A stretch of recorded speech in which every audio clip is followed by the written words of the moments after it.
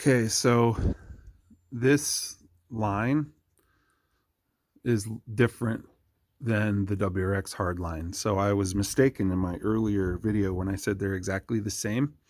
I actually didn't have to order this at all.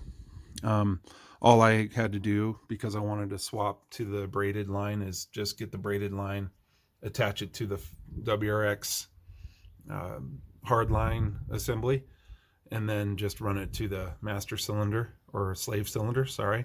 So yeah, this one, if you use the STI one, it goes over too far and it won't thread into the master cylinder there. So yes, just don't worry about even ordering this.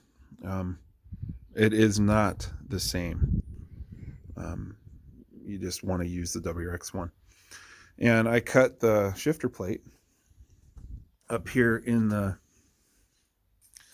upper left corner. There used to be metal going across here, and Cobb says, because I got their short throw shifter, and I think it's also with other short throw shifters, when you go into first, it can hit this metal. So I cut it out yesterday with a Dremel. It took a while. It's pretty hard metal. Anyway, I wore safety glasses. I highly recommend wearing safety glasses when you cut this kind of stuff. There were sparks and metal pieces flying everywhere. Got me a little inch-pound torque wrench. I'm going to go up under the car and torque all the shifter bushings one more time. And I got a nice small wrench because it's really tight up in there, and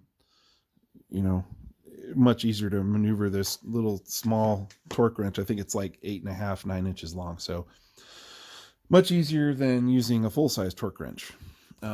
Yeah, so I'm making some progress. It's freezing cold. My hands are numb. I'm going to, basically bleed the slave cylinder and get all the air out of it. And then I'll release it a little bit when I put the clutch and the clutch fork in. There's that. So this little spring, I added the part number of this little spring. It hooks to this bracket right here, and then it hooks through that hole on the clutch fork, and it sits like so. Let me switch my hand. I can't do this. It attaches, and then it goes to the clutch fork hole. It holds the clutch fork where it needs to be, so it's not against the throwout bearing. Only when you push the clutch pedal in, it engages. It just kind of puts a little tension on the clutch fork. So I got that, and like I said, I added the part number in the STI swap parts needed video that I made. So you can see that in there. Anyway, making some pretty good progress, and waiting for my engine, and good stuff. Having fun. One other little tip about the shifter mechanism on the STI transmission is this reverse lockout cable will hang down and hit the drive shaft and make all kind of noise and annoy you. So you want to zip tie it up to the metal rod there,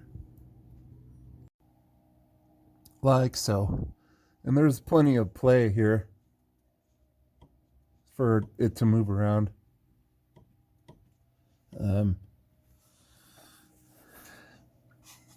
When this rod goes back and forth, there's that bushing that's tight right there. It goes back and forth in that hole, and plenty of play in that cable. So there you go.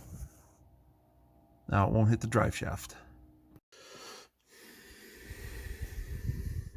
You have to find the position of that arm to where you can turn the shifter, find that angle, and then you have to slide it in.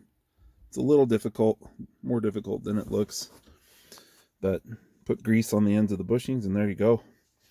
And you put this bolt through there, and torque spec is 8.7 foot-pounds. You know, if it's not exact, it's not a big deal. Yeah. Not on there quite yet.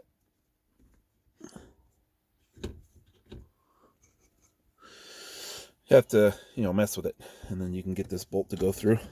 I'm close, but no cigar yet. I'll get it. Just got to mess with it.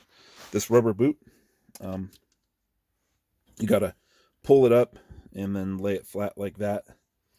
And then this here goes in.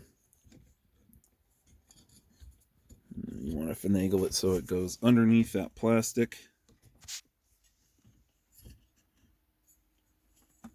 You got to have it go on those rubber spikes sticking up. Okay. There's those rubber spikes. And you run those through the holes like all the way up. See there and there. And then there's one in the middle here and one at the very top. And you go finagle it down on there. It's like I had it before. And yeah, I can't do it one-handed. Maybe I can. Yeah. There we go. And just put the screws and everything the way they were. And that plastic thing kind of clips together right there. And then you just adjust it around, run the bolts through the metal and the rubber into the frame of the car. Now, I cut in the top left corner here because Cobb recommends with their short shifter to cut that out. So I did. I mean, it didn't hurt anything. So I got the bolt through. You have a nut on that side. Just hold it with a wrench and then torque it down to 8.7 foot-pounds. Pretty soon I'll get out all that bolted, and then I'm going to test and see how it shifts. I'll bolt down that metal plate. I got to redo the zip ties that poke through these holes and re-secure the wiring to it. I did it too soon in my other video. And there you go. And then I'll record how it's shifting, how it moves around. And wonderful.